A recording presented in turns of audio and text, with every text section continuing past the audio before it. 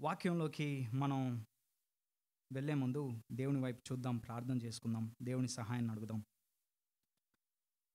ప్రభువా, మీకు వందనాలు తండ్రి.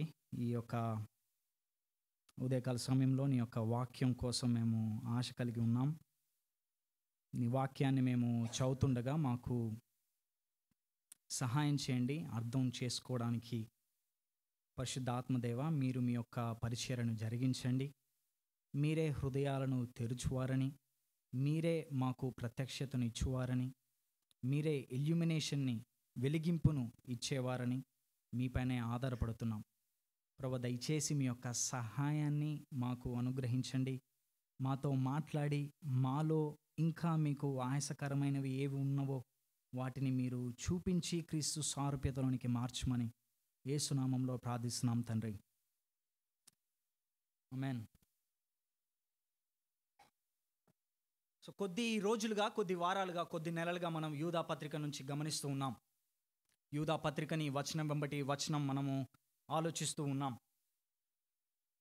యూదా రాసిన పత్రికలో తనను తాను యూదా ఒక సేవకుడిగా, యేసు క్రీస్తు హాఫ్ బ్రదర్ అయినప్పటికీ కూడా తను ఒక సేవకుడిగా, ఒక దాసుడిగా తనను తాను పరిచయం చేసుకున్నాడు.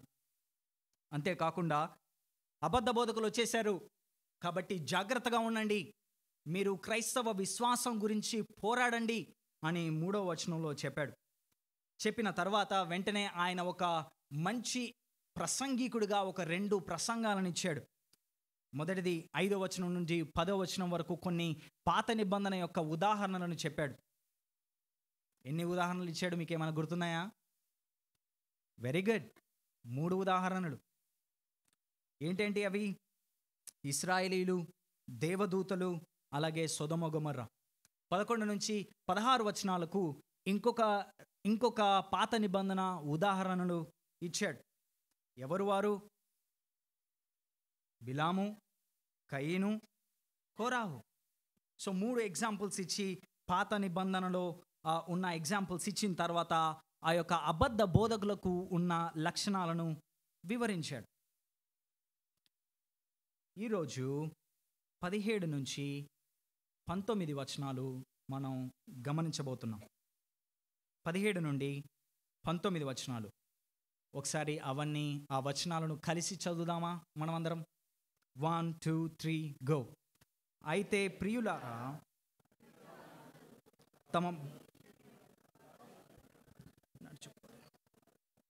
మన ప్రభువైన యేసుక్రీస్తు అపోస్తలులు పూర్వమందు మీతో చెప్పిన మాటలను జ్ఞాపకం చేసుకొనుడి. అట్టివారు ప్రకృతి సంబంధులను ఆత్మలేని వారునయ్యుండి భేదములు కలుగజేయుచున్నారు.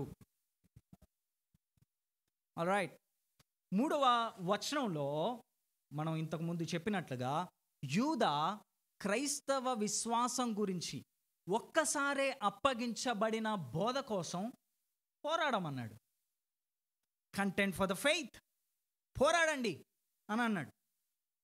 అలా చెప్పిన తర్వాత పోరాడమన్నాడు, కానీ ఎలా పోరాడమన్నాడో చెప్పలేదు. ఇది ఎలా ఉందంటే ఒక పని చెప్పి ఆ పని ఎలా చేయాలో చెప్పకుండా చెప్పినట్టుందన్నమాట.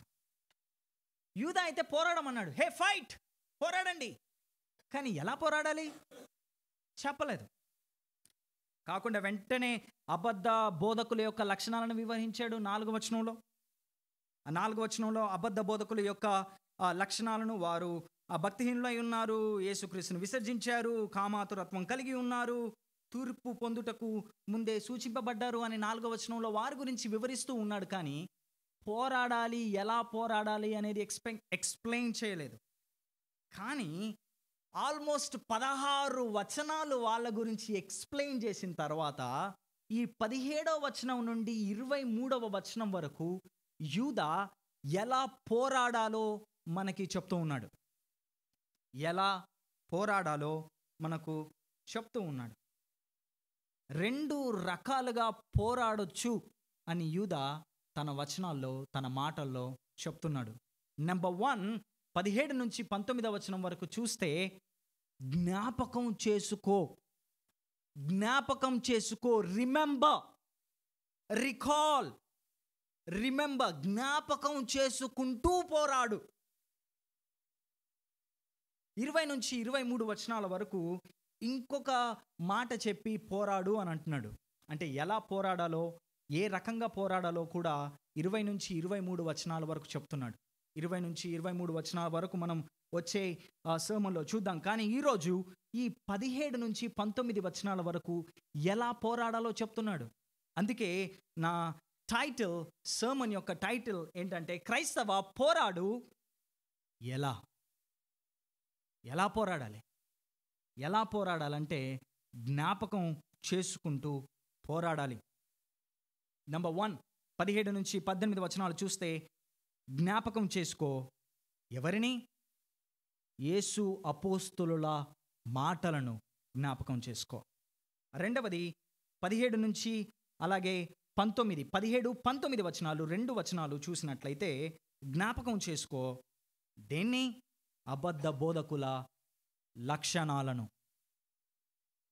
ఆల్ రైట్, 17 వచనం చూద్దాం రండి. మొదటి విషయం, జ్ఞాపకం చేసుకో. యేసు అలాగే అపోస్తలుల మాటలను జ్ఞాపకం చేసుకో. 17 వచనంలో ఇలా మొదలైంది. ఎలా మొదలైంది చూస్తారా ఒకసారి మీ బైబిల్లో? 17 వచనం ఎలా స్టార్ట్ అయిందో. అయితే, అంతే, ఆగిపోవాలి అక్కడ. అయితే అంటే ఏదో ఉంది అక్కడ.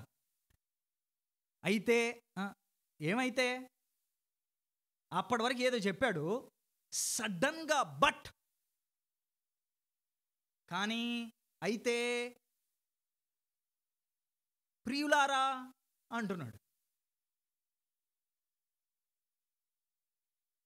అబద్ధ బోధకులని అప్పటి వరకు తూర్పార పట్టిన యూదా నిజమైన విశ్వాసులకు వచ్చేసరికి మాత్రం వాళ్ళని ఎలా సంబోధిస్తున్నాడు? ప్రియులారా. ప్రియులారా అనే పదం అబద్ధ బోధకులకి విశ్వాసులకి ఇద్దరికి కాంట్రాస్ట్ ఉపయోగించిన పదం. అంటే వారిద్దరికి మధ్య వ్యత్యాసం చూపించిన పదం. అప్పటి వరకు అబద్ధ బోధకుల్లో 5వ వచనంలో, 7వ వచనంలో, 9వ వచనంలో, 11వ వచనంలో, 14, 15 వచనాల్లో అబద్ధ బోధకుల గురించిన వారైతే, వీరైతే, వారైతే, మృగముల వంటి వారు, మేఘముల వంటి వారు అని చెప్పి వాళ్ళని ఒక రకంగా తూర్పార పట్టి, అనగా క్రిటిసైజ్ చేసి, వాళ్ళలో ఉన్న తప్పుడు లక్షణాలను ఎత్తి చూపి, వాళ్ళు నరకానికి వెళ్తారు, వారు నాశనానికి ముందే సృష్టించబడిన వారు లేదా సూచించబడిన వారు అని చెప్పిన యూదా విశ్వాసులకు వచ్చేసరికి మాత్రం మీరు బిలవ్డ్, డియర్ వన్స్, బిలవ్డ్, ఇదే పదం యూదా సుమారు 4 సార్లు ఈ పత్రిక, చిన్న పత్రికలో 4 సార్లు ఉపయోగించాడు. దీన్ని బట్టి మనం ఏమర్థం చేసుకోవచ్చు? యూదాకి చాలా ఇష్టమైన పదం. మొట్టమొదటిసారి ఎక్కడ ఉపయోగించారో చూస్తారా? ఎక్కడ? 3rd words. Very good. Beloved, ప్రియులారా. తర్వాత ఇప్పుడు చదువుకున్న 17వ వచనం. తర్వాత 20వ వచనం. మీరు ఇంకా కొంచెం ఫస్ట్ దాంట్లోకి వెళ్తే 2వ వచనంలో కూడా ప్రేమింపబడి అనుంది, చూశారు? అక్కడ ఉపయోగించిన పదం గ్రీకులో కూడా సేమ్. సో సుమారు 4 సార్లు అగపెతోస్, అగపెతోస్ అంటే ప్రియులారా, ప్రేమించబడిన వారా, దేవుని చేత ప్రేమించబడిన వారా అని చెప్పి విశ్వాసులను ఆయన ప్రేరేపిస్తూ ఉన్నాడు, ఎంకరేజ్ చేస్తూ ఉన్నాడు.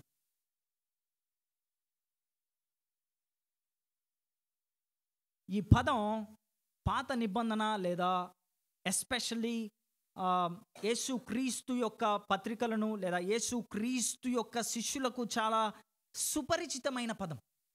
బిలవ్డ్ అనే పదం చాలా సుపరిచితమైన పదం. ఎందుకు? ఆదికాండం 22వ అధ్యాయంలో అబ్రహాము, ఇస్సాకు వాళ్ళ మధ్యలో అబ్రహాము ఇస్సాకును పిలిచిన పదం అది బిలవ్డ్. ఓ నా ప్రియమైన కుమారుడా అని ఉపయోగించిన పదం. అంతేకాదు, యేసుక్రీస్తు ఈ పరిచర్య, లోకంలో పరిచర్య చేస్తూ ఉన్నప్పుడు ఆయన తండ్రి ఆయనను, ఈయన నా ప్రియ కుమారుడు, ఈయన యందు నేను ఆనందించుచున్నాను, బాప్తిసం తీసుకున్న తర్వాత అలాగే రూపాంతర కొండపైన ఈయన నా ప్రియ కుమారుడు.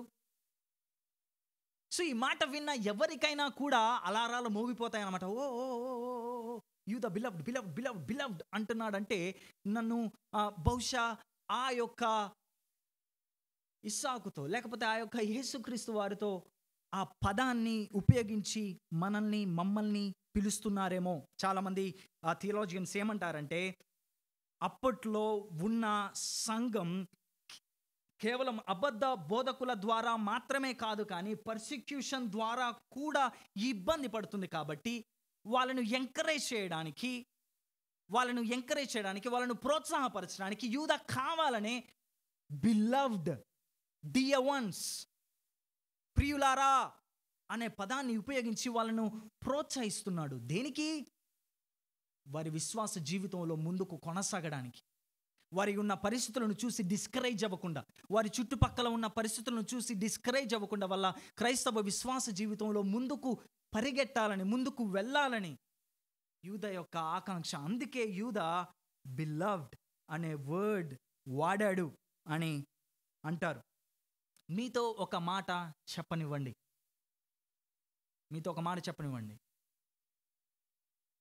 ఎవరైతే యేసు క్రీస్తునందు విశ్వాసముంచి, ఎవరైతే యేసు క్రీస్తును తమ పాప క్షమాపణకి సువార్తను నమ్మి విశ్వసిస్తారో,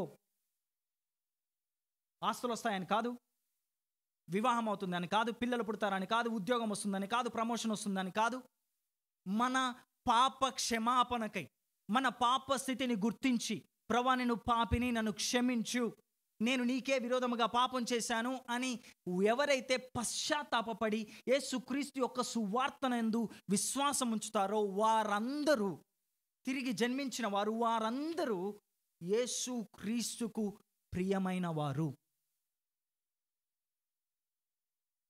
మై డియర్ ఫ్రెండ్స్, ఒకవేళ దేవుని ప్రేమ మీ జీవితంలో మీకున్న పరిస్థితులను బట్టి ఒకవేళ నువ్వు మెజర్ చేస్తూ ఉంటే, నీ సర్కమ్స్టెన్సెస్ని బట్టి, నీ యొక్క స్థితిగతులను బట్టి, నీ యొక్క ఉద్యోగాన్ని బట్టి, లేకపోతే నీ యొక్క ప్రమోషన్ని బట్టి, లేకపోతే నీ యొక్క వివాహ జీవితాన్ని బట్టి, పిల్లలను బట్టి ఒకవేళ దేవుని ప్రేమ, ఓకే దేవుడు నన్ను తక్కువగా ప్రేమిస్తున్నాడు అందుకే నా జీవితంలో కష్టాలు వచ్చాయి, దేవుడు నన్ను తక్కువగా ప్రేమిస్తున్నాడు అందుకే ఈ పరిస్థితుల గుండా నేను వెళ్తున్నాను అని నువ్వు ఒకవేళ అనుకుంటే, let me encourage you, that's a wrong understanding.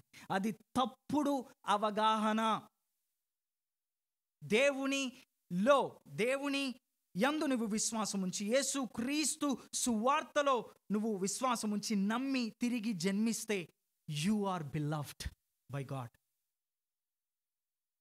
దయచేసి నీ పరిస్థితులను బట్టి, నీ జీవితంలో జరుగుతున్న సంఘటనలను బట్టి దేవుడి ప్రేమను మెజర్ చేయకండి ప్లీజ్. నీ స్థితిగతులు, నీ ఆస్తులు, అంతస్తులు, అది నీ జీవితంలో ఏదైతే జరుగుతున్నాయో, లేకపోతే అట్లీస్ట్ నీ ఫ్లాష్ బ్యాక్, నీ పాస్ట్ని బట్టి దేవుడు నన్ను తక్కువగా ప్రేమిస్తున్నాడు అని అనుకోకండి. ఐ థింక్ పాల్ వాషర్ గారు అనుకుంటా, ఆయన ఎప్పుడు చెప్తూ ఉంటారు, if you really want to see how much God loves you, look at the cross. ఒకవేళ నిజంగా యేసు క్రీస్తు నిన్ను ఎంతగా ప్రేమిస్తున్నాడో, లేదా దేవుడు నిన్ను ఎంతగా ప్రేమిస్తున్నాడో నీకు అర్థం కావాలంటే సిలువను చూడు, నీ పరిస్థితుల్ని కాదు. అందుకే రాబర్ట్ ముర్రే మెక్షన్ అంటాడు, నేను ఒకసారి చూసుకుంటే నేను మరలా ప్రతిసారి నేను చూసుకున్న ప్రతిసారి 10 సార్లు క్రీస్తు వైపు చూస్తాను. ఎందుకు? మనల్ని మనం చూసుకున్నప్పుడు we discourage, because we are selfish people. We want more. We are self centered people. But when we look at cross, when we look at Christ, ఆయన మనల్ని ఎంతగా ప్రేమిస్తున్నాడో మనకు అర్థమవుతుంది. So please my friends, let me encourage you. మీరు ఏ పరిస్థితులు గుండా వెళ్తున్నారో నాకు తెలియదు. నేనేదో మొత్తం ఎమోషనల్గా మిమ్మల్ని చేయాలని ఈ మాటలు చెప్పట్లేదు. I don't know what are you going through, but let me encourage you by saying these words that you are beloved. నీ పరిస్థితులు ఏదైనప్పటికీ నేను యేసుక్రీస్తు సువార్తనందు విశ్వాసం ఉంచి తిరిగి జన్మిస్తే నేను దేవుని ప్రియమైన పిల్లలం. Please be encouraged. యూదా అంతటితో ఆగకుండా, అయితే ప్రియులారా, 17వ వచనం కంటిన్యూ చేద్దాం. మన ప్రభువు అయిన యేసుక్రీస్తు అపోస్తలులు పూర్వమందు మీతో చెప్పిన మాటలను జ్ఞాపకం చేసుకొనుడి. ఏదో జ్ఞాపకం చేసుకోమంటున్నాడు. యాక్చువల్లీ అక్కడ ఉపయోగించిన పదం ఇంపరేటివ్, కమాండ్, ఆజ్ఞాది. జ్ఞాపకం చేసుకుని ఆయన వీలుంటే అనట్లేదు. అలా కాదు. అంటే మీరు గుర్తుంటే మరి నీకు జ్ఞాపకం చేసుకో కాదు, జ్ఞాపకం చేసుకో, రిమెంబర్. అది అక్కడ ఉపయోగించిన పదం ఇంపరేటివ్, కమాండ్, ఆజ్ఞ. ఏం జ్ఞాపకం చేసుకోవాలంట? ఎవరి మాటలు? యేసుక్రీస్తు అపోస్తలులు పూర్వమందు మీతో చెప్పిన మాటలు. ఏం చెప్పారు వీళ్ళు? అపోస్తలులు చెప్పారు. అపోస్తలులు అంటే యేసుక్రీస్తు యొక్క శిష్యులు. యేసుక్రీస్తు యొక్క శిష్యులు యేసుక్రీస్తు చెప్పిన మాటలు వినే మనకు చెప్పారు. సో యేసుక్రీస్తు ఏం చెప్పాడు మరి వాళ్ళకి? రండి, మత్తయి సువార్త 24వ అధ్యాయం 11వ వచనం చూద్దాం. యేసుక్రీస్తు ఏం చెప్పాడు? మత్తయి సువార్త 24వ అధ్యాయము 11వ వచనం. యేసుక్రీస్తు ఏం చెప్పాడంట? అందరం కలిసి చదువుదామా ఒకసారి? 24:11 అలాగే 24వ వచనం కూడా. అనేకులైన అబద్ధ ప్రవక్తలు వచ్చి పలువురిని మోసపరిచెదరు. 24వ వచనం. అబద్ధపు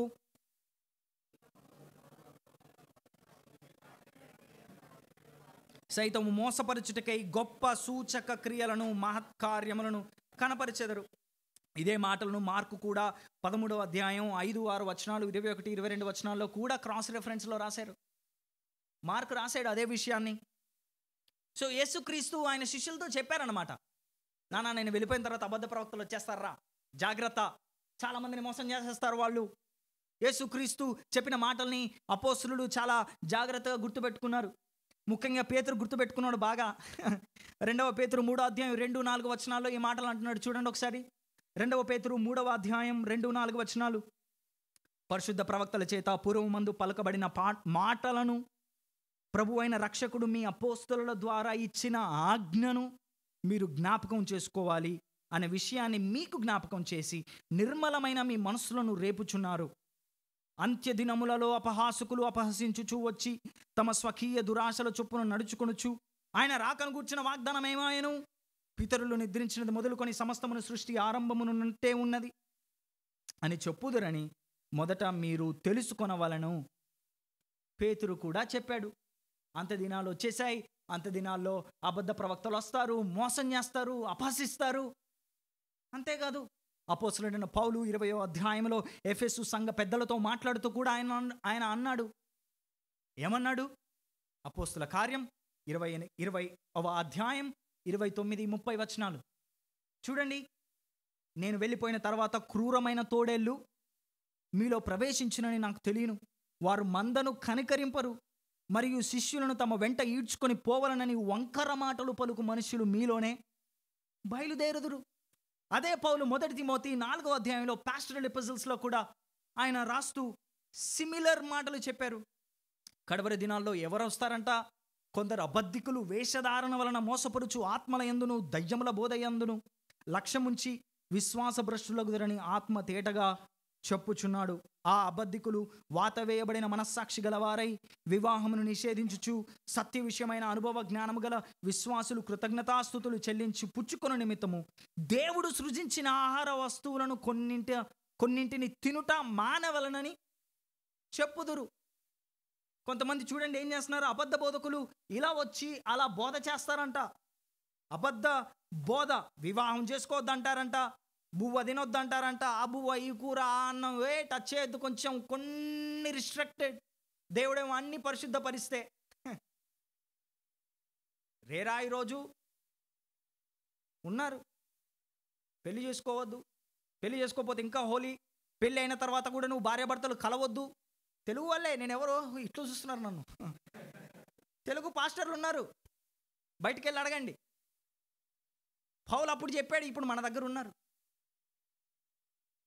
అంతేకాదు డిడాకే అంటే అపోస్తలుల టీచింగ్స్, బోధ, రైటింగ్స్. డిడాకే మొదటి 2 శతాబ్దాల్లో రాయబడిన ఇదొక గ్రంథం అన్నమాట. అఫ్ కోర్స్ ఇది కెనోనైజ్ చేయబడిన ప్రామాణిక గ్రంథం కాదు. ఇంటర్న్షిప్ స్టూడెంట్స్ ఇట్లనే చూస్తున్నారు నన్ను. అది కాదు, కానీ ఇది మంచి ఎంపవర్ అవ్వడానికి, ఎడిఫై అవ్వడానికి మనం దీన్ని చదవచ్చు. ఈ గ్రంథంలో 16వ అధ్యాయం 3వ వచనంలో ఇలా ఉంది. డిడాకే కొంచెం ఇంట్రెస్టింగ్గా ఉంది కదా, అందరం కలిసి వద్దామా? 1 2 3 గో. అంతిమ దినాలలో అబద్ధ ప్రవక్తలు మరియు అవినీతి పరులు విస్తరింపబడతారు, మరియు గొర్రెలు తోడేలుగా మారతాయి, మరియు ప్రేమ ద్వేషంగా మారుతుంది. యూదా ఈ మాటలను అర్థం చేసుకున్నాడు. యేసుక్రీస్తు చెప్పిన మాటల్ని వినిన అపోస్తలుల బోధను అర్థం చేసుకొని తన పత్రికలో ఆ సంఘానికి రాస్తూ ఉన్నాడు. జ్ఞాపకం చేసుకో. వేటిని జ్ఞాపకం చేసుకోవాలి? యేసుక్రీస్తు అపోస్తలులు చెప్పిన మాటను జ్ఞాపకం చేసుకో. ఏంటి? అబద్ధ బోధకులు వస్తారు, తప్పుడు బోధకులు వస్తారు, విశ్వాసులు అన్న మారువేషం కలిగిన విశ్వాసులు వస్తారు. నా మాటలు మీకు అర్థమయ్యాయి అనుకుంటా. బచ్పన్ సే కిరిస్తానే వస్తారు వాళ్ళు. వచ్చి ఏం చేస్తారు? మోసపరుస్తారు. కొంతమంది ఏమనుకుంటారంటే, బ్రదర్ మీరు బాగానే చదివారు కానీ యూదా 17లో అంత్యదినములనుంది, అంత్యదినముల యందు అనుంది, అంత్యకాలమునందు ఉంది. ఇప్పుడు కాదుగా అంత్యకాలం, ఎప్పుడో యుద్ధాలు రావాలి, అన్ని భూకంపాలు రావాలి, కరువులు రావాలి. అంత్యకాలం అంటే మరి 3000 అంతేనా? అదేనా లాస్ట్ డేస్? కొత్త నిబంధన ప్రకారం అంత్యదినములు లేదా అంత్యకాలము అనగా యేసుక్రీస్తు ఆరోహణం అయిపోయిన తర్వాత లేదా యేసుక్రీస్తు వచ్చిన తరువాత అంత్యకాలం స్టార్ట్ అయిపోయింది. అది మనకు బాగా కొంచెం సింక్ అవ్వాలి. యేసుక్రీస్తు రాకడతో, యేసుక్రీస్తు మొదటి రాకడతో, యేసుక్రీస్తు ఈ లోకానికి రావడంతోనే అంత్యదినాలు ఆరంభమైపోయాయి.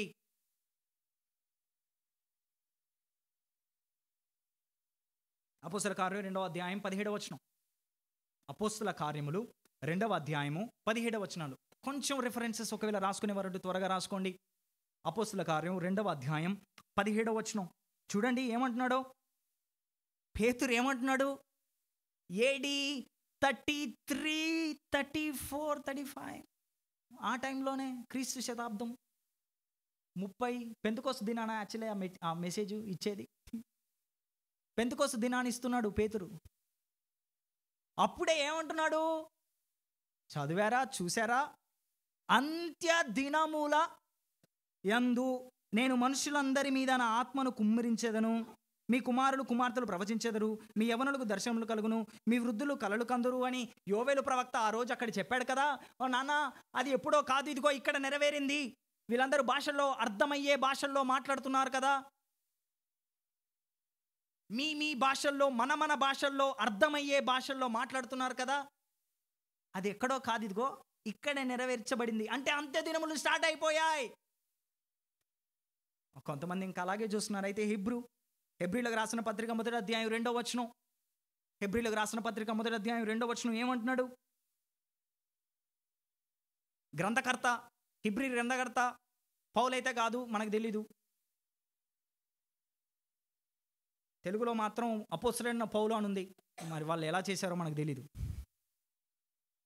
హెబ్రీ 1వ అధ్యాయం 2వ వచనం, ఈ దినముల అంతమందు కుమారుని ద్వారా మనతో మాట్లాడను. చూసారా? అంతమందు. ఆల్రెడీ అంతం ఆరంభమైంది. యుగాంతం 2012 కాదు, లేదా యుగాంతం 3012 కాదు. యుగాంతం ఆల్రెడీ యేసు క్రీస్తు వారి రాకడతోనే స్టార్ట్ అయింది. అదే హెబ్రీ గ్రంథకర్త 9వ అధ్యాయం 26వ వచనంలో ఇలా అంటున్నాడు చూడండి. అట్లైన ఎడల జగత్తు పునాది వేయబడింది మొదలుకొని ఆయన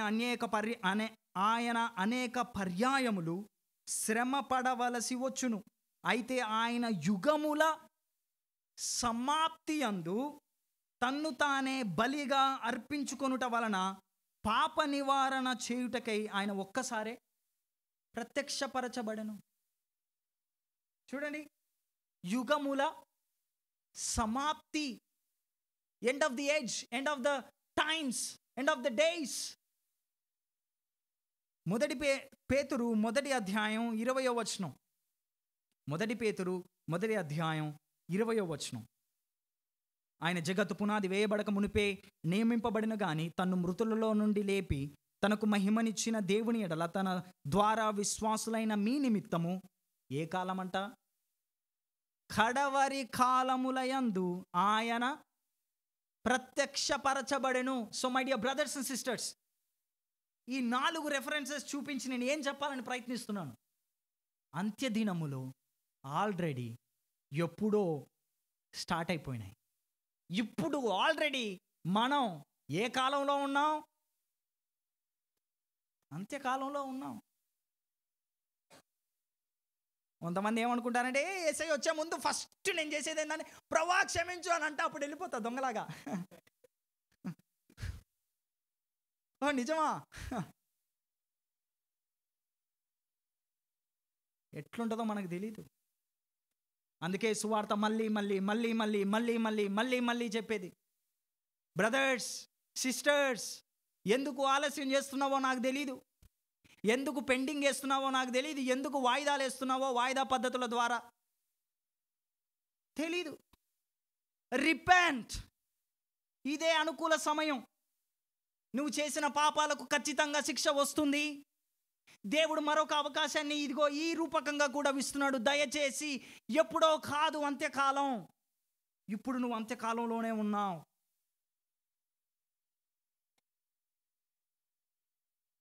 పూర్వమందు చెప్పిన మాటలను జ్ఞాపకం చేసుకునండి. రిమెంబర్, జ్ఞాపకం చేసుకో. చెప్పాను కదా, అది ఆజ్ఞ. ఎందుకని యూదా జ్ఞాపకం చేసుకో అని ఆజ్ఞ ఇస్తున్నాడు? ఎందుకంటే స్వతహాగా మనం మర్చిపోతాం. స్వతహాగా మనం నేర్చుకున్నవి లేదా మనం తెలుసుకున్నవి జ్ఞాపకం చేసుకోవడం మనకి అంతగా ఇష్టం ఉండదు. లేకపోతే కొత్త వాటి కోసం పరిగెడుతూ ఆల్రెడీ నేర్చుకున్న వాటిని మర్చిపోతాం మనం. జ్ఞాపకం చేసుకో. పాత నిబంధనలో కూడా యెహోవా దేవుడు ఇశ్రాయేలీలకి ద్వితీయోపదేశ కాండం సుమారు 4 సార్లు హెచ్చరించాడు. పాత నిబంధనలో ద్వితీయోపదేశ కాండం 5వ అధ్యాయం 15వ వచనం, 7వ అధ్యాయం 19వ వచనం, 8వ అధ్యాయం 2వ వచనం, 24వ అధ్యాయం 9వ వచనం. ఏంటో తెలుసా? నేను నిన్ను ఐగుప్తు నుంచి బయటికి తీసుకొచ్చాను, మర్చిపోకు, అది జ్ఞాపకం చేసుకో. నేను నిన్ను ఐగుప్తు నుంచి బయటికి తీసుకొచ్చాను, మర్చిపోకు, జ్ఞాపకం చేసుకో. ఎడారిలో నీకు ఆహారం ఇచ్చాను, మర్చిపోకు, జ్ఞాపకం చేసుకో. సముద్రాన్ని 2 పాయలు కలిసి ఇచ్చాను, మర్చిపోకు, జ్ఞాపకం చేసుకో. ఎందుకు? వాళ్ళు మర్చిపోతారు కాబట్టి. మనమేది పెద్ద గొప్పలం కాదు వాళ్ళకంటే, మనము మర్చిపోతాం. జ్ఞాపకం చేసుకోవాలి. కొత్త నిబంధన కూడా అదే జ్ఞాపకం చేసుకో అనే మాటని మరలా మనకి రిపీట్ చేస్తుంది. ఎఫెసీ 2, 2వ తిమోతి 2. టైం లేదు కాబట్టి నేను ముందుగా వెళ్తున్నాను. ఒకవేళ రెఫరెన్స్ రాసుకొని మీరు నోట్ చేసుకోవాలని తర్వాత చూసుకోవాలనుకుంటే చూసుకోండి. జ్ఞాపకం చేసుకో అనేది దేవుడు తన వాక్యంలో రెగ్యులర్గా ఇచ్చిన ఆజ్ఞ. ఇక్కడ యూదా జ్ఞాపకం చేసుకో అని అంటున్నాడు. ఇదే పదము 5వ వచనంలో కూడా వాడాడు. 5వ వచనాన్ని చూసారా మీ బైబిల్స్లో? 5వ వచనాన్ని జ్ఞాపకం చేసుకో అని అన్నాడు. ఎవరిని జ్ఞాపకం చేసుకోమన్నాడు అక్కడ 5వ వచనంలో? పాత నిబంధనలో కొంతమంది తప్పుపోయిన వ్యక్తుల్ని జ్ఞాపకం చేసుకున్నాను అన్నాడు. జాగ్రత్త, మీరు కూడా పడిపోయే ఛాన్స్ ఉంటుంది. కాబట్టి జ్ఞాపకం చేసుకో అని అన్నాడు. So my friends, let me finish this. My first point, మనం జ్ఞాపకం చేసుకోవాలి. ఏ విషయాలు జ్ఞాపకం చేసుకోవాలి? అబద్ధ బోధకులు వస్తున్నారు. యేసుక్రీస్తు చెప్పిన మాటలని, వాక్యాన్ని మనం జ్ఞాపకం చేసుకోవాలి. యేసుక్రీస్తు మాటలని, యేసుక్రీస్తు వాక్యాన్ని మనం జ్ఞాపకం చేసుకోవాలి.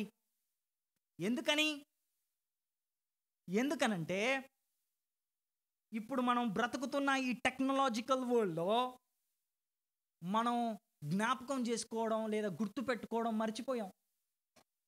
ఎంతగా మర్చిపోయామంటే ఒకప్పుడు ఫోన్ నెంబర్లన్నీ టకటక చెప్పేసేవాడిని నేనైతే. ఇప్పుడు ఫోన్ నెంబర్ అడిగితే ఫోన్లో నుంచి చూసి కొంచెం కష్టమేలే, అందరి ఫోన్ నెంబర్ ఎలా గుర్తుపెట్టుకుంటాం. కానీ అట్లీస్ట్ కొన్ని ఇంపార్టెంట్ విషయాలు లేదు, డేట్లు వద్దు, అట్లీస్ట్ అన్నిటికన్నా ముఖ్యంగా వాక్యం.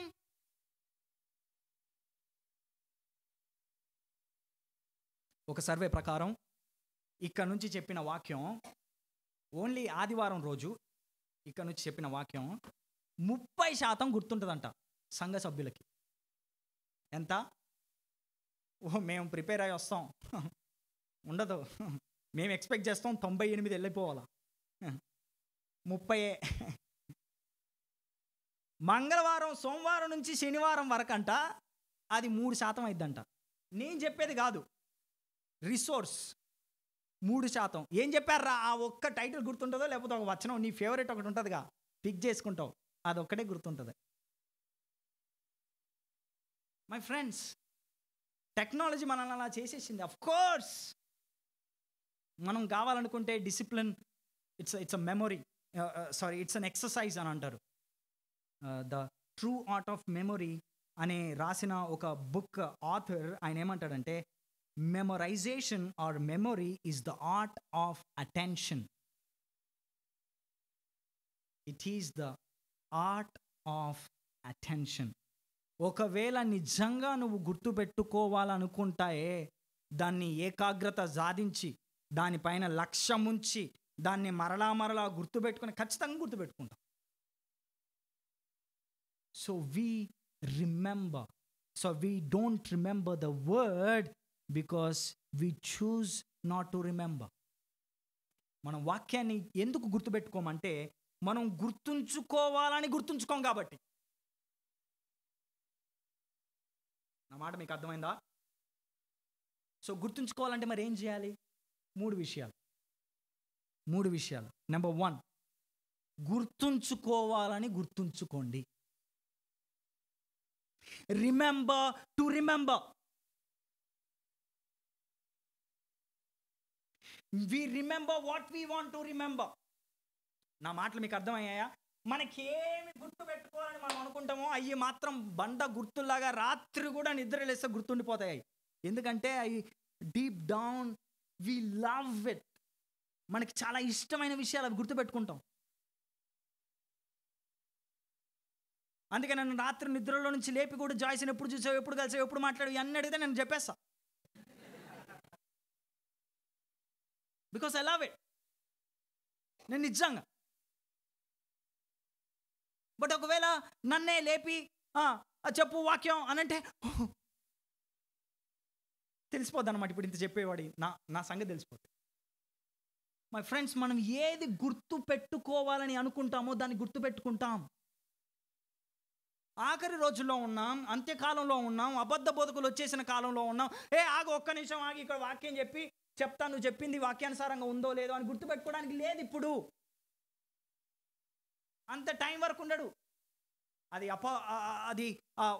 వాక్యానికి వ్యతిరేకంగా చెప్పే బోధకులైనా, లేకపోతే వాక్యాన్ని వక్రీకరించి చెప్పే బోధకులైనా, ఎవరైనా సరే.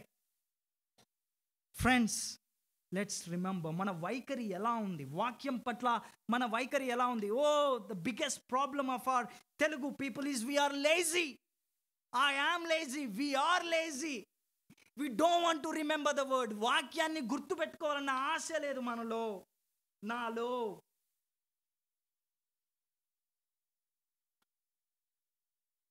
గుర్తుంచుకోవాలని గుర్తుంచుకుందాం. నెంబర్ 2, వాక్యాన్ని చదువుతున్నప్పుడు, విన్నప్పుడు జాగ్రత్తగా గమనిద్దాం. Sharpen your observation. జాగ్రత్తగా గమనించండి. మీరు ఏదైతే వింటున్నారో, ఏదైతే చదువుతున్నారో జాగ్రత్తగా వినండి, జాగ్రత్తగా గమనించండి. కొంతమంది సిస్టర్స్తో మాట్లాడుతున్నప్పుడు, నిన్న ఎగ్జామ్ జరుగుతున్నప్పుడు, లేదా ఎగ్జామ్ అయిపోయిన తర్వాత చెప్పా, సిస్టర్ మార్కుల కోసం కాదు, ప్లీజ్ మార్కుల కోసం కాదు, లేకపోతే ఫస్ట్ వస్తారని కాదు, దయచేసి దాన్ని ఏం అర్థం చేసుకుంటున్నారని చదవండి.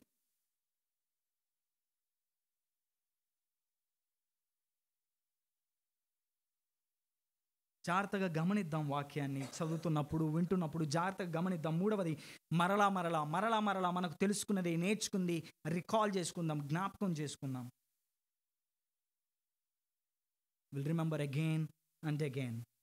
అందుకే కీర్తన 119:11 నేను పాపం చేయకుండా, కీర్తనకారుడు అంటున్నాడు కదా, నేను పాపం చేయకుండా ఉండునట్లు నీ వాక్యాన్ని నా హృదయంలో భద్రంగా దాచుకొని ఉన్నాను.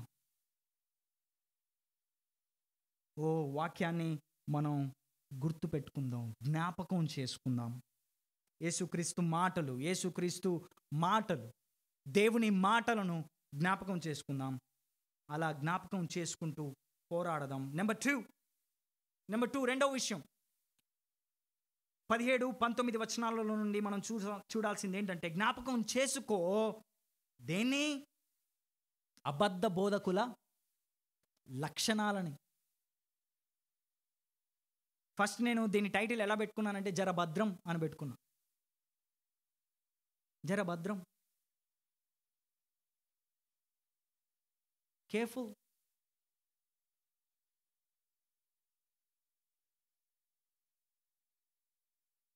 అబద్ధ బోధకులతోనే కాదు, అబద్ధ క్రైస్తవులతో కూడా. ఎందుకంటే మీరు ముందు ఇంకా ఈ వచనంలో ముందుకు వెళ్తున్నప్పుడు అబద్ధ క్రైస్తవుల్లో ఉండే లక్షణాలను కూడా యూదా ఎత్తి చూపిస్తాడు. 17-19 విషయాల్లో మనం 2 విషయాలు చూడొచ్చు. 17వ వచనంలో మొదటి విషయం చూసినట్లయితే అబద్ధ బోధకులకు ఉండే లక్షణం గురించి మాట్లాడుతూ ఉన్నాడు. ఏం మాట్లాడుతున్నాడు? వాళ్ళు ఎలా ఉంటారంట? తమ భక్తిహీనమైన దురాశల చొప్పున నడుచు పరిహాసకులు. భక్తిహీనమైన దురాశల చొప్పున, వాళ్ళ ఓన్ దురాశ, ఓన్ శరీరాశ, సొంత స్వార్థం, వాక్యానుసారం కాని కోరిక. ఈ భక్తిహీనమైన అనే పదాన్ని కూడా యూదా చాలాసార్లు ఈ పత్రికలో ఉపయోగించాడు. చాలాసార్లు, సుమారు 4 సార్లు ఉపయోగించాడు. 15వ వచనంలో చూస్తే భక్తిహీన అని ఉంటుంది. అలాగే 4వ వచనంలో ఇంకోసారి ఉంటుంది భక్తిహీన.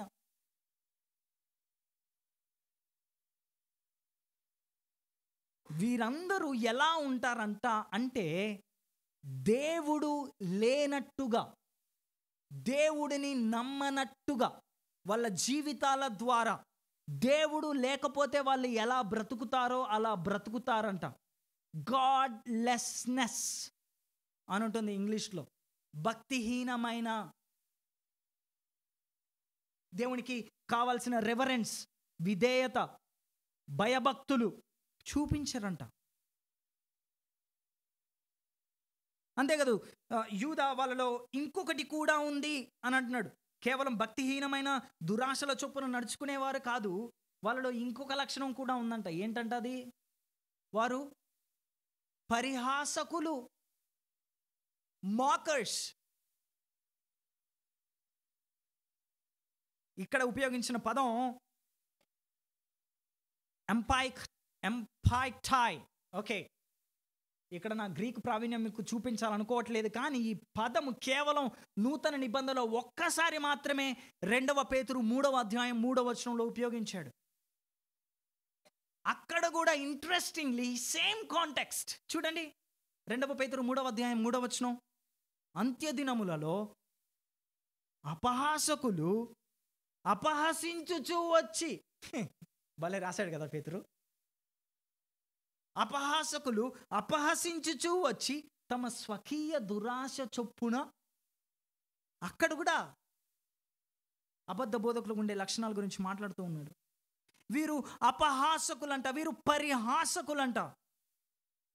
పాత నిబంధన అంతా కూడా పరిహాసకుల గురించి, అపహాసకుల గురించి హెచ్చరిస్తూనే ఉంటుంది. ఎక్కువగా సామెతల గ్రంథం వదరుబోతు అని చెప్తుంది, అపహాసకులు అని చెప్తుంది.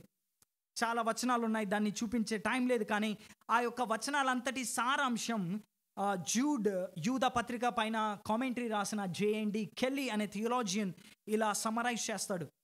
ఏమంటాడంటే ఆయన, పరిహాసకుడు అంటే ఎవరంటే, నెంబర్ 1, నైతికతను తృణీకరించేవాడు. అంటే మోరల్ ఎథిక్స్, మొరాలిటీని తృణీకరించేవాడు. అంతేకాకుండా వాడు ప్రైడ్ఫుల్, ఆరగెంట్, అహంకారి. తర్వాత దేవుడు లేని స్వేచ్ఛావాది. అంటే అసలు దేవుడు లేనట్టుగా ఇష్టం వచ్చినట్టుగా, నాదే రాజ్యం, నేనే రాజు, నేనే మంత్రి అన్నట్టుగా ఇష్టం వచ్చినట్టుగా బ్రతికేవాడు అన్నమాట.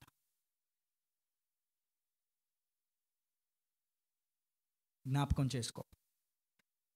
ఈ యొక్క అబద్ధ బోధకుల లక్షణాలను జ్ఞాపకం చేసుకో. ఒకవేళ ఈ అబద్ధ బోధకుల లక్షణాలు మీలో కూడా ఉంటే జాగ్రత్త పడండి. ఎందుకంటే కొన్నిసార్లు కొన్ని విషయాల్లో మనం ఇలాగే మాకర్స్ లాగా, పరిహాసకులలాగా, భక్తిహీనమైన దురాశల చేత ఈడ్వబడే గొర్రెలాగా వెళ్ళిపోతూ ఉంటాం. కేర్ఫుల్, జాగ్రత్త. 19వ వచనంలో వారిని గురించి 2వ లక్షణం బి మాట్లాడుతూ ఉన్నాడు. ఏంటి? ఇక్కడ 3 విషయాలు చెప్తున్నాడు. వారు ప్రకృతి సంబంధులు, అలాగే వారు ఆత్మలేని వారు, అలాగే వాళ్ళు భేదములు కలుగజేయువారు. యూదా ఇదంతా ఎక్స్ప్లెనేషన్ ఇచ్చిన తర్వాత ఆయన ఏమని ఆరోపిస్తున్నాడంటే ఈ అబద్ధ బోధకుల గురించి, ఈ అబద్ధ బోధకులు లేదా ఈ అబద్ధ క్రైస్తవులు ఆత్మచే పాలించబడని భూ సంబంధమైన వ్యక్తులు తప్ప మరేమీ కాదు. వారు పూర్తిగా ప్రకృతి సంబంధులు, ఆత్మలేని వారు, మరియు ఈ ప్రపంచానికే చెందినవారు. మరో మాటలో చెప్పాలంటే వారు క్రీస్తు శిష్యులు కాదు, కానీ కేవలం తిరిగి జన్మించని వ్యక్తులు. సో మొదటిగా వారు ప్రకృతి సంబంధులు. ప్రకృతి సంబంధులు అంటే ఆకులు అలములు తినడం కాదు. ప్రకృతి సంబంధులు అంటే ప్రపంచం యొక్క విలువలకు అనుగుణంగా జీవించేవారు. వరల్డ్లీ ఫిలాసఫీస్, వరల్డ్లీ నాలెడ్జ్, వాళ్ళ లైఫ్లో ప్రతిదీ కూడా వరల్డ్ స్టాండర్డ్స్. లోకం ఏమంటుంది, లోకం ఏం చెప్తుంది, వాక్యం ఏం చెప్తుంది, వాక్యం ఏమంటుంది, వాక్యం ఏం ఆలోచిస్తుంది, వాక్యం దేవుడు ఏమనుకుంటా, లోకం ఏమంటుంది, లోకం ఏమనుకుంటున్నారు, లోక జ్ఞానం ఏంటి, లోకం లోకం లోకం లోకం. వాళ్ళని యూదా ప్రకృతి సంబంధాలు అంటున్నాడు. దాన్ని ఇంకా యాకోబు 3వ అధ్యాయం 15వ వచనంలో స్పష్టంగా భలే అంటాడు. అసలు ఈ లోక జ్ఞానం అంట దిగి వచ్చినది కాక, పైనుండి దిగి వచ్చినది కాక, భూ సంబంధమైనదియు ప్రకృతి సంబంధమైనదియు, సేమ్ పదం. మరియు ఎవరి జ్ఞానం అది? బ్రదర్స్ అండ్ సిస్టర్స్, లోక నాలెడ్జ్ ఏమీ లేకపోయినా పర్లేదు, లోక నాలెడ్జ్ లేకపోయినా పర్లేదు, అట్లా అంటే పూర్తిగా అని కాదు నా ఉద్దేశం. లోకం ఏమంటుందో బాధ మీద ఏకంగి ఫస్ట్ వాక్యం ఏం చెప్తుంది, ఇది తెలుసా? మనం ప్రకృతి సంబంధులుగా ఉండకూడదు అంటే లోకాన్ని త్యజించేయమని కాదు, సన్యాసిలాగా హిమాలయాల్లోకి వెళ్ళిపోమని కాదు నా ఉద్దేశం. అది నా జీవితాన్ని డ్రైవ్ చేసే ఫ్యాక్టర్గా ఉండకూడదు అని అర్థం. నెంబర్ 2, వారు ప్రకృతి సంబంధులు. నెంబర్ 2, వాళ్ళు ఆత్మ లేని వారు. వారు మాట్లాడే మాటల్లో ఆత్మ ఆత్మ ఆత్మ ఆత్మ అంటున్నారేమో, వారు చేసే ప్రార్థనలో ఆత్మ ఆత్మ ఆత్మ అంటున్నారేమో, వారు పలికే మాటల్లో ఆత్మ ఆత్మ అంటున్నారేమో, కానీ వారి జీవితంలో, వారి క్రియల్లో, వారి ఫలాల్లో ఏమి లేదు. ఆత్మ లేని వారుగా ఉన్నారు, ఆత్మ లేని వాళ్ళు ఉన్నారు. కొంతమంది అడగొచ్చు, అన్నా Ajay, how can we know వాళ్ళు ఆత్మ పూర్ణులో కాదో ఎలా?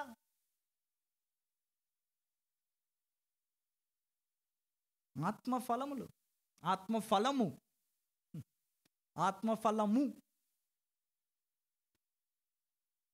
గలతీల రాసిన పత్రిక 5వ అధ్యాయం 22వ వచనం. ప్రేమ, సంతోషం, సమాధానం, దీర్ఘశాంతం, దయాళత్వం, మంచితనం, విశ్వాసం, సాత్వికం, ఆశా నిగ్రహం. వీటన్నిటిలో వాళ్ళు పరిపక్వత కలిగి ఉంటారనేది కాదు నా ఉద్దేశం. అట్లీస్ట్ వీటిని చూపిస్తున్నారా?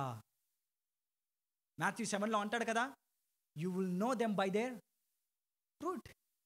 వారి ఫలాలను బట్టి నువ్వు తెలుసుకోవచ్చు వారి ఆత్మపూర్ణంలో కాదు. చాలామంది అంటారు, ఓ ఇక్కడ ఆత్మ లేదు. బ్రదర్, ఆత్మ లేడు అనాలి, ఆత్మ లేదు అనేది రాంగ్. ఓకే, ఎనీహౌ, ఆత్మ ఉన్నాడో లేడో నీకెలా తెలుసు? మాటల్లో ఆత్మ ఆత్మ రావాలి, పాటల్లో ఆత్మ ఆత్మ రావాలి, ఊగాలి, దునకాలి, గెంతాలి కాదు. It's more than that. Number 3, వీళ్ళు చేసే మూడవ పని ఏంటంట, వీళ్ళు భేదములు కలిగిస్తారంట.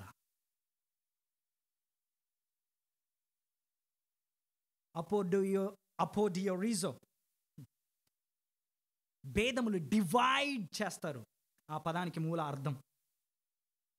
ఎలా చేస్తారు? 2 పదాల ద్వారా, 2 విషయాల ద్వారా వాళ్ళు సంఘంలో భేదాలు కలగజేస్తారు. నెంబర్ 1, వాళ్ళు చెప్పే అబద్ధ బోధ ద్వారా మెల్లగా సంఘములో డివిజన్ తీసుకొని వస్తారు.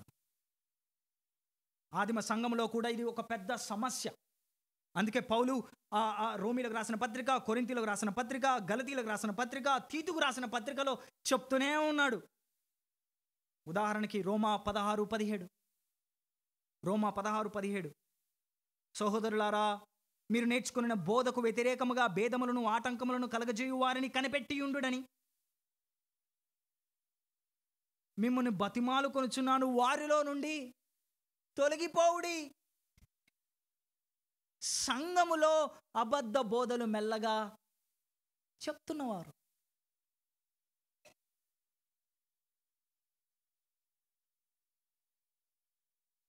ఇప్పుడే కాదు, ఆదిమ సంఘములో ఉన్న సమస్య ఇది. అందుకే చాలా మందిని లీడర్షిప్ నుంచి లేదా పుల్పిట్ నుంచి ఇక్కడ ఎంకరేజ్ చేసేది ఏంటంటే, మాట్లాడండి, బ్రదర్స్ అండ్ సిస్టర్స్తో మాట్లాడండి, అడగండి, తెలుసుకోండి, టెస్టిమనీస్ తెలుసుకోండి, వాళ్ళు ఏం నమ్ముతున్నారో వాళ్ళ మాటల ద్వారా జాగ్రత్తగా గమనించండి.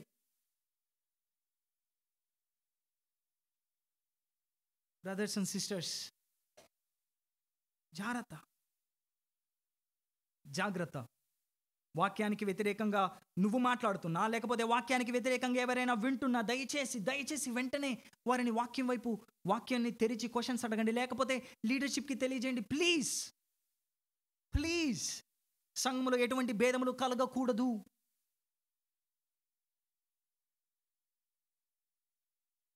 నెంబర్ 2, సంఘములో వాళ్ళు భేదములను ఎలా కలగజేస్తారు? కేవలం బోధ ద్వారా మాత్రమే కాదు, ఇంకొకటి వారి యొక్క ఇమ్మోరల్ లైఫ్ స్టైల్ ద్వారా, అనగా పాప భూయిష్టమైన జీవితం ద్వారా. ఎలా? లాస్ట్ వీక్ మనం విన్నట్టు చిప్స్ ద్వారా. తినడమే చిప్స్, గాసిప్స్. అంతేకాదు, building the walls within the local church because of your friendship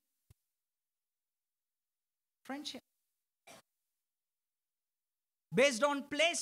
Okay sir, మీ తినాలే, మా తినాలే, ఫ్రెండ్స్.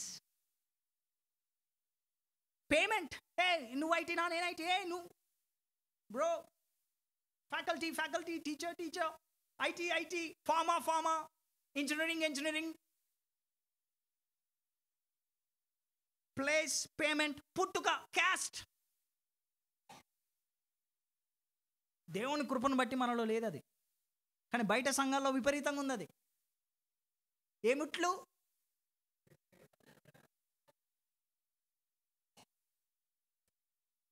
Number 4, passion. అంటే పర్సనల్ ఇంట్రెస్ట్. నీ క్రికెటా, నా క్రికెట్, మనం క్రికెట్ బ్యాచ్. అందరు నన్నే చూస్తున్నారు.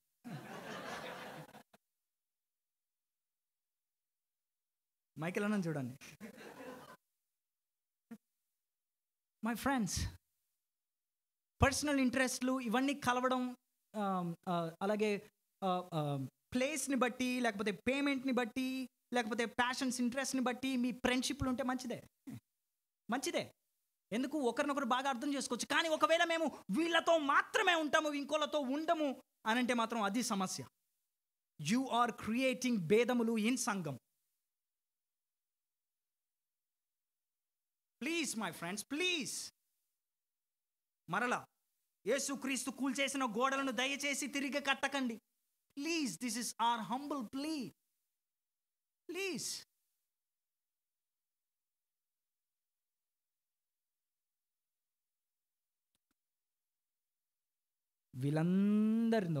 వీళ్ళందరినీ అట్టివారు అట్టివారు అంటే ఇదే పదము 8వ వచనంలో, 10వ వచనంలో, 12వ వచనంలో, 16వ వచనం, వీళ్ళందరూ అబద్ధ బోధకులు, వీళ్ళందరూ ఇట్లా ఉన్నారు. కానీ మీరైతే ఓ బిలవ్డ్, ఓహో ప్రియులారా, మీరు దేవుని చేత ప్రేమించబడిన వారు కాబట్టి జ్ఞాపకం చేసుకోండి, పోరాడండి వీటి అన్నిటికీ అగైన్స్ట్గా. మౌనంగా ఉండకండి. నాకెందుకు గప్చుప్, ఇది లీడర్షిప్ రెస్పాన్సిబిలిటీ అనుకోకండి. ఎందుకంటే మనం చర్చ్ కవరెన్స్ చేస్తాం. It's our responsibility dear brothers and sisters. Please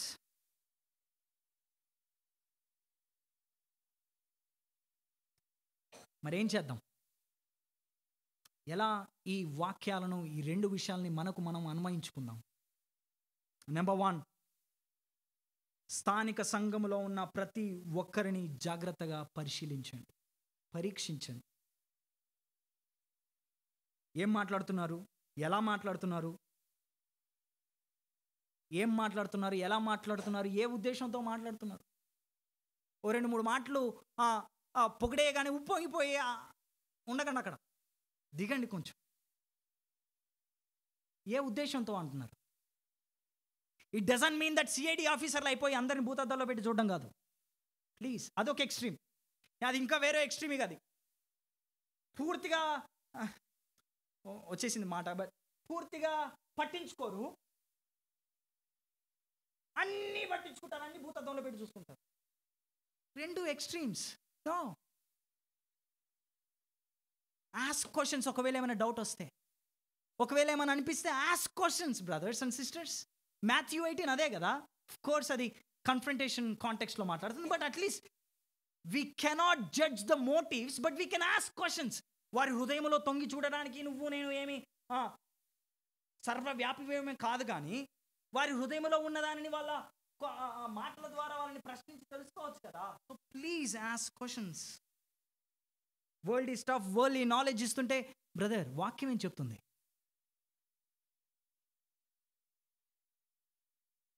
లేకపోతే అందరు కలిసి మాట్లాడుతున్నప్పుడు are we talking something edifying? మనల్ని క్షేమాభివృద్ధి కలగజేసే మాటలు మాట్లాడుతున్నామా? ఆధ్యాత్మిక మాటలు మాట్లాడుతున్నామా? వాక్యానుసారమైన మాటలు మాట్లాడుతున్నామా?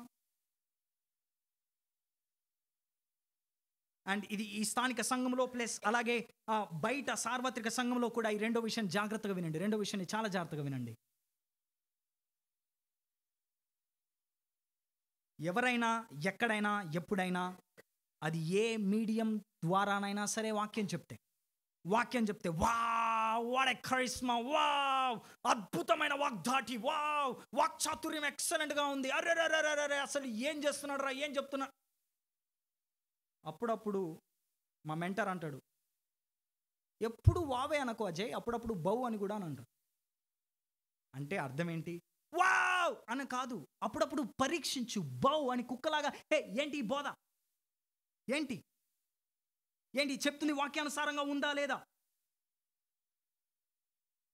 అపోస్తలుడైన పౌలు వాక్యం చెప్తుంటే బెరయస్తులు అలాగూ ఉన్నదో లేదో వాక్యాన్ని పరిశీలించారు. ఈ రోజుల్లో అపోస్తల పౌల కంటే గొప్పలు ఉన్నాం మనం. వాక్యంలో ఉండదుగా వాళ్ళు వెతుక్కోవడానికి. బ్రదర్స్ ప్లీజ్ వావ్ అనే కంటే కూడా గమనించండి. అందుకే నిజంగా మనం గొర్రెలమే. తెలుగు సంఘాల్లో ఇప్పుడు త్రిత్వాన్ని నమ్మని బోధకులు ఉన్నారు, అయినా సరే వింటాం. అలిగోరికల్ ప్రీచింగ్ అంటే ప్రతి దాని వెనక ఒక ఆత్మీయ అర్థాన్ని తీసుకొచ్చి కుక్క, కట్టె, రాయి, రప్ప, గాలి అన్నిటి వెనుక ఏదో ఒక స్పిరిచువల్ అర్థం ఉంది. చెప్పులు దానికి ఒక స్పిరిచువల్ అర్థం ఉంది. వీటన్నిటికీ స్పిరిచువల్ అర్థం ఉంది కాబట్టి అని బోధించే వాళ్ళు ఉన్నారు, అయినా సరే మనం వింటాం. అక్కడ మాంసం దొరకదు, ఓన్లీ పిట్ట కథలు, అయినా సరే వింటాం. ఒక ఆయన అంటాడు, నువ్వు 90 ఏళ్ళు వచ్చే వరకు చచ్చిపోవు, నువ్వు ఇది రాసి పెట్టుకో, ఇది I won't die till 90 years. అక్కడికి కూడా నేను వెళ్ళి రాసుకున్నారు ఆ ప్రార్థన అదే. In the name of Jesus I confess that, I grab that, I claim that I won't die till 90. Telugu సంఘాల్లో యెరూషలేముకు పోయి మట్టి తీసుకొని రా, మట్టిలో కలుపు, సిలువ తీసుకుపో, నీళ్లు కలుపు, ఆయ కలుపు, పాలు తాగు, ఇక్కడ యోర్దాన్లో మునుగు. వింటాం, ఆ బోధలు కూడా వింటాం. మ్యూజికే హైలైట్ అయిపోవాలి. Music music music zing bang bells పెట్టి మొత్తం మ్యూజిక్, ఆ స్మోక్ రావాలా, లైట్లు మొత్తం పోవాలా. అయినా సరే వాక్యం ఉండదు, అయినా సరే వింటాం. సరే వాక్యం ఉంటే కష్టమైనా సరే వింటాం. వాక్యం ఉండదు, అంతా ఇన్స్పిరేషనల్, మోటివేషనల్, వాళ్ళ జీవిత చరిత్రలు, వాళ్ళ జీవిత కథలు, వాళ్ళ జీవితాలే. బ్రదర్ స్టాప్, మీ జీవితాలు కాదు, వాక్యం చెప్పు అని అంటే బాగుండేది ఎవరైనా. మనం వింటూనే ఉంటాం, వ్యూలు పెరుగుతూనే ఉంటాయి. ఓ ఇది కూడా బాగా చెప్తే బాగుంటుందని చెప్పి వాళ్ళు చెప్తూనే ఉంటారు. పొలిటికల్ ఎజెండాస్ పులిపిట్ నుండి, ఎవరికి ఓటు వేయాలో, ఎవరికి వస్తుందో, ఎవరు వస్తారో, ఎవరు మంచోళ్ళో, పులిపిట్ నుంచి పొలిటికల్ ఎజెండాస్ చెప్పే తెలుగు సంఘాలు ఉన్నాయి. ఇంకొకటి, వాక్యమే కాదు, వాక్యానితో పాటు ఇతర మత గ్రంథాలు కూడా ఇన్స్పైర్డ్, దేవుడి దైవావేశం వలన కలిగినాయి, అవి కూడా వింటాం, వాళ్ళ వాటిలు కూడా. నిజంగా మనం గొర్రెలమే. జ్ఞాపకం చేసుకుంటే పోరాడతాం. జ్ఞాపకం చేసుకుంటే సంఘ చరిత్రలో ఎలాగైతే పోరాడారో మనం పోరాడతాం. పాత నిబంధన అవసరం లేదు, పాత నిబంధన దేవుడు వేరు, నేను చెప్పే కొత్త బోధ వినండి అని చెప్పి మార్సియన్ అనే ఆయన వచ్చాడు.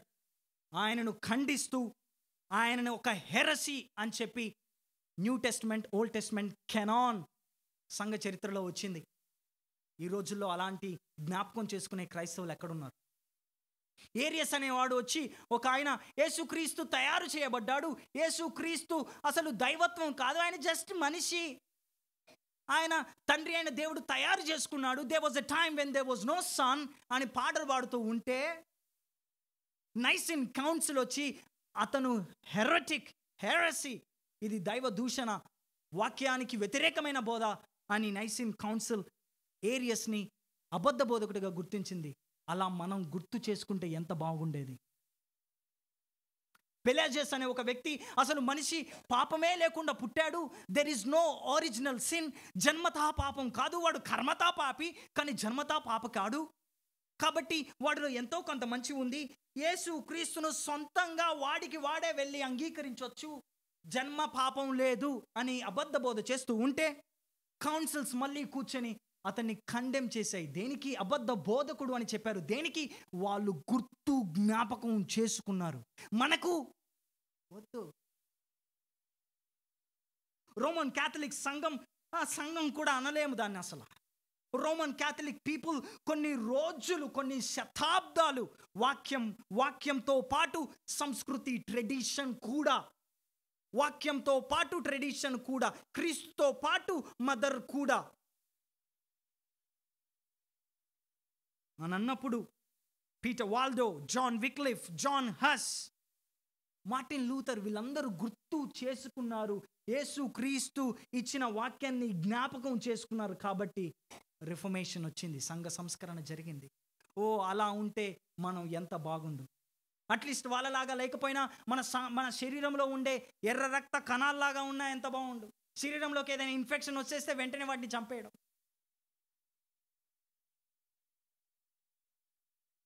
తప్పైతే కరెక్ట్ చేయండి. సారీ, తెల్ల రక్త కణాలు,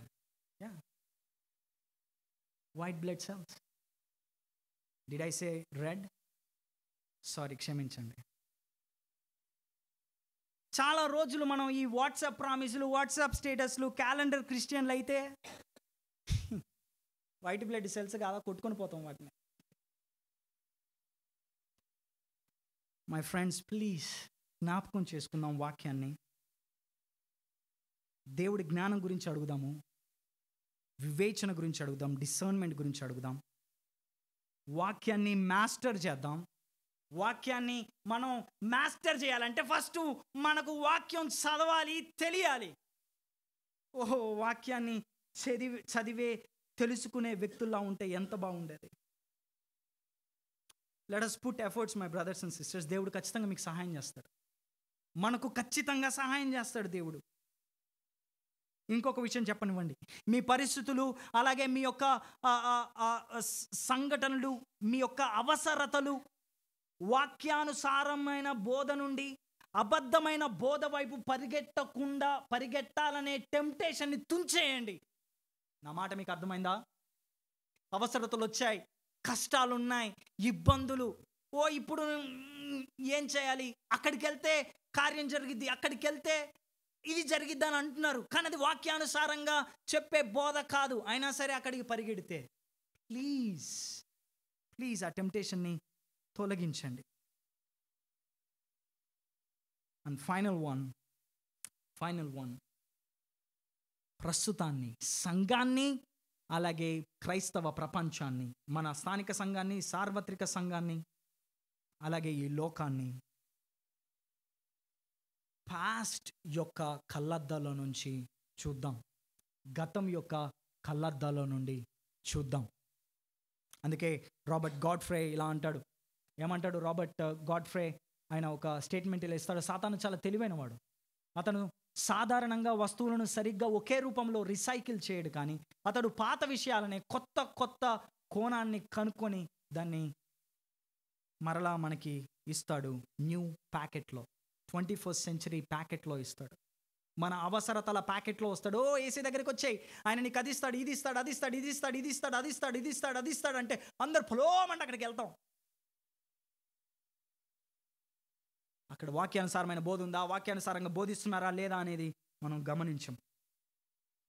మార్టిన్ లాయిడ్ జోన్స్ తన బ్రతుకున్న రోజుల్లో వెస్ట్మినిస్టర్ చాపెల్ లండన్లో పరిచర్య చేస్తూ ఉన్నప్పుడు తనతో పాటు పరిచర్య చేస్తున్న వాళ్ళు చాలామంది క్రిస్టియన్ ఆర్థోడాక్స్ థియాలజీ అనగా వాక్యానుసారమైన సిద్ధాంతాలని వదిలిపెట్టి లిబరల్ థియాలజీ అనగా వాక్యానుసారం కానీ స్వేచ్ఛ సంబంధమైన, అంటే వాక్యం దేవుని వాక్యం కాదు, త్రిత్వం కాదు, ఇట్లా ఇష్టం వచ్చిన అబద్ధ బోధలను నమ్ముతూ పాస్టర్ పరిచర్యల నుంచి వెళుతున్నప్పుడు మార్టిన్ లాయిడ్ జోన్స్ ఆయన ఏమన్నాడంటే, when he was tired and when he was discouraged, ఆయన నిరుత్సాహపడినప్పుడు ఆయన ఏమన్నాడంటే, నేను రెస్ట్ తీసుకోవడానికి ఏదో ఒక కంట్రీ సైడ్ వెళ్ళను, కానీ నేను రెస్ట్ తీసుకోవడానికి ఏదో ఒక కంట్రీ సైడ్ వెళ్ళి కొంచెం రెస్ట్ తీసుకోను, కానీ I always go instead to the 18th century. అంటే నా ముందు బ్రతికిన సంఘ చరిత్రను నేను చదివి, సంఘ చరిత్రలో ఎటువంటి వాక్యానికి వ్యతిరేకమైన బోధలు జరిగాయో వాటిని తెలుసుకొని నన్ను నేను ఇంకా జాగ్రత్త పరుచుకుంటాను. మై డియర్ ఫ్రెండ్స్, క్రైస్తవ పోరాడు. ఎలా? వాక్యాన్ని జ్ఞాపకం చేసుకుంటూ. క్రైస్తవ పోరాడదాం. ఎలా పోరాడదాం? వాక్యాన్ని జ్ఞాపకం చేసుకుంటూ. అట్టి కృప దేవుడు మనకందరికీ అనుగ్రహించును గాక. ప్రార్థన చేసుకుందాం. ప్రభువా, నీ వాక్యాన్ని జ్ఞాపకం ఉంచుతూ, నీ వాక్యాన్ని జ్ఞాపకం చేసుకుంటూ ఈ పోరాటంలో పోరాడే కృపను అనుగ్రహించండి. మమ్మల్ని మీ వాక్యంతో నింపండి. నీ వాక్యాన్ని మేము జ్ఞాపకం చేసుకున్న కృపనివ్వండి. వాక్యాన్ని జ్ఞాపకం ఉంచుకోవాలన్న మాకు జ్ఞాపకాన్ని అలాగే ఉంచండి ప్రభువా. మాకు దయచేసి ప్లీజ్ మమ్మల్ని వాక్యంతో ఉజ్జీవింపజేయండి. వాక్యంతో మమ్మల్ని మరలా ఉత్సాహపరచండి. నీ ఆత్మ చేత నింపబడి నీ ఆత్మ ఫలములు కలిగిన బిడ్డలుగా మేము జీవించడానికి, సంఘాన్ని ఇంకా ఐక్యతలోనికి తీసుకొచ్చే బిడ్డలుగా ఉండడానికి, మా స్థానిక సంఘంలోను సార్వత్రిక సంఘంలోను సరి అయిన బోధ, ఐక్యమత్యం కలిగిన జీవితాలు మాకు అనుగ్రహించుమని, వాక్యాన్ని జ్ఞాపకం ఉంచుకోవడానికి కావలసిన ఎఫర్ట్స్ని పెట్టే కృపనివ్వమని, అబద్ధ బోధల నుండి పారిపోయి అబద్ధ బోధలను గుర్తించి వాక్యానుసారమైన జవాబులను ఇచ్చే కృపను మాకు అనుగ్రహించుమని యేసు నామములో ప్రార్థిస్తున్నాం తండ్రి.